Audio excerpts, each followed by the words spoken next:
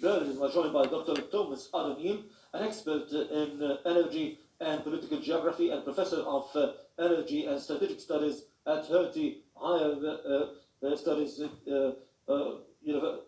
College in Berlin, and from Riyadh we are joined by Mr. Mohammed Al-Dabai, a researcher into energy affairs. Let me start with our guest from Berlin, Dr. Thomas Adonian. Dr. Thomas, the objectives seem very ambitious in Saudi Arabia. Do you believe all of them are realistic and can be achieved given these new developments in the figures that we have seen as the war in Ukraine accelerated the reliance on renewable energy? Well, thank you for the invitation tonight. Let me just first say this is a complicated matter, and the data can be spun in different ways depending on somebody's interest. So you asked me about Saudi Arabia. Right now, Saudi Arabia has virtually no renewables to speak of. It's even this report that you mentioned. I asked you about the region in general. Yes. Well, in the region in general, as far as renewables are concerned, this transition has not begun. In any of the Gulf states and in North Africa, in the MENA region, larger MENA region, there is a good amount of wind generation in Jordan and in Morocco. Other than that, it's essentially non-existent. It's very tiny percentages. Now, you're right, Saudi Arabia has a very ambitious plan, but it hasn't, come online yet. It's perhaps just starting. We don't know what they will do. That's the simple answer. Yes, we should ask our guest here from Riyadh, Mr. Mohammed Al-Dabai, about this ambitious plan and the levels of implementing them. Mr. Mohammed Al-Dabai, let me ask you about the region as a whole, the GCC region and the MENA region and Morocco, and then we can focus more on what the Kingdom of Saudi Arabia is doing with this STIRP and the budget that is allocated to this.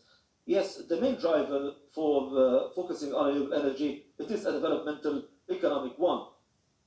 And it has become a necessity and not a luxury now. The countries that go into this direction seek to achieve their own development interests and economic interests also because of ecological reasons. The Arab region has very ambitious plans in this regard.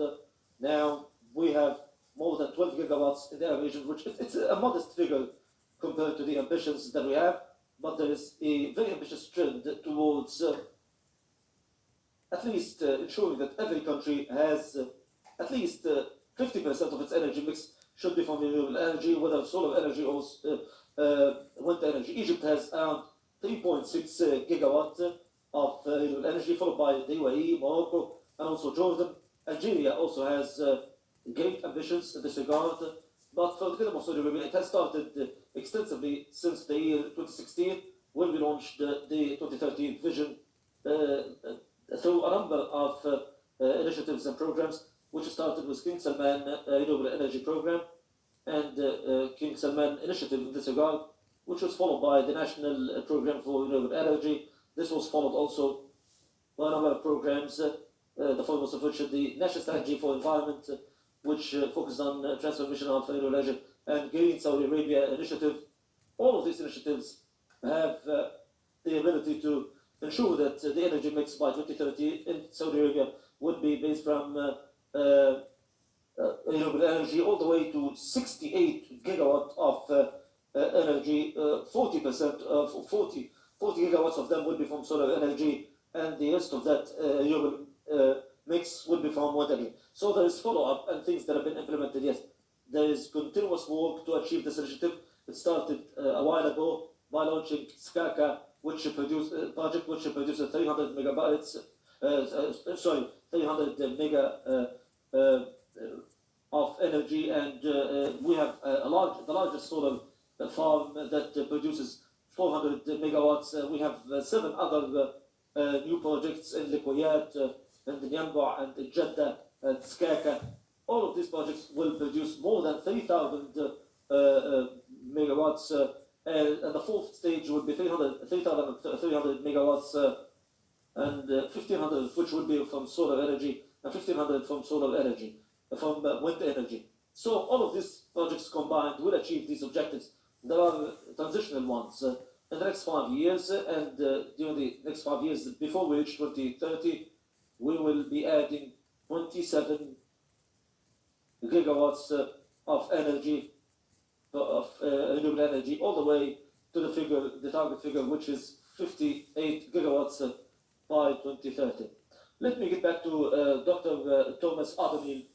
Dr. Thomas, talking about green hydrogen, people are talking about green hydrogen as a new source of renewable energy. I would like to ask you about the capabilities of the countries of the region, Arab countries in this domain, particularly in North Africa, especially that it is close by to Africa, and Europe believes these countries are very close to Europe and want this new alternative source of energy. What do you think, Dr. Thomas? Well,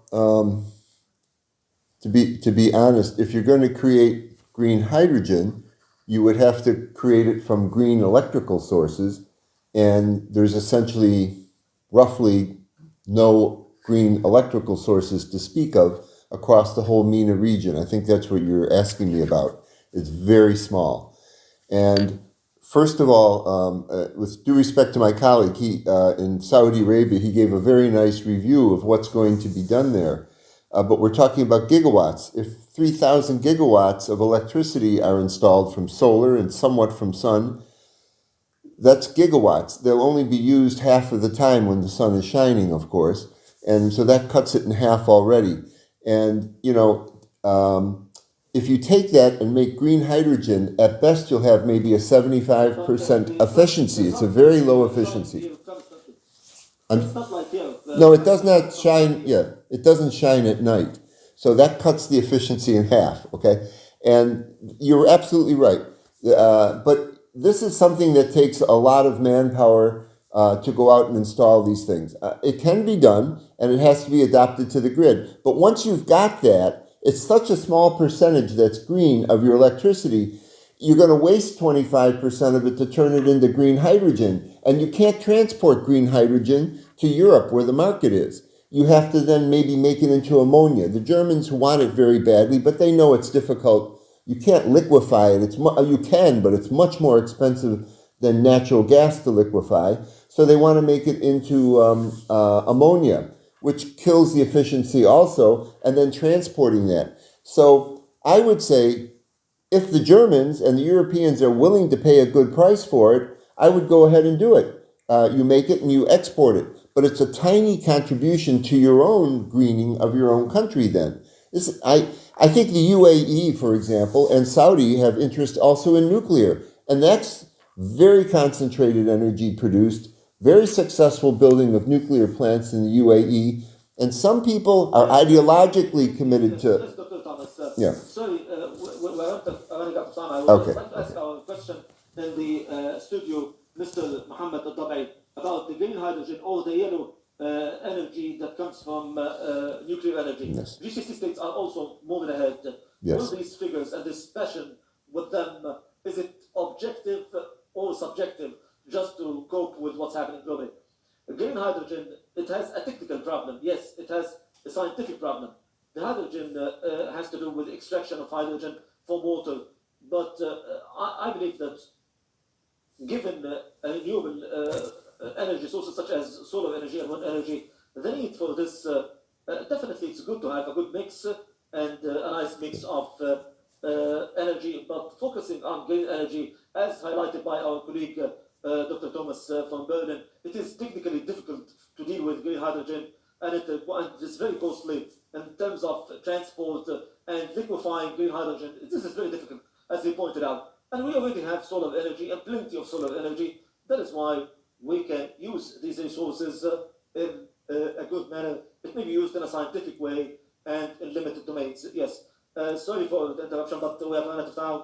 In conclusion, I would like to thank from Riyadh Dr. Mr. Mohammed Al-Dabai, a researcher in energy affairs. And I would like to thank our guest from Berlin, Dr. Thomas Ardenel, an expert in energy and political geography and a professor of energy and strategic studies at Trinity Higher College in Berlin. Thank you very much for joining us all the way from Berlin. Thank you. Thank you, Dr. Thomas. We are off air now. Thank you very much for your translation. interpretation. Good night. Good night. Thank you. Appreciate it. Yeah. Goodbye. Bye bye. Shukran.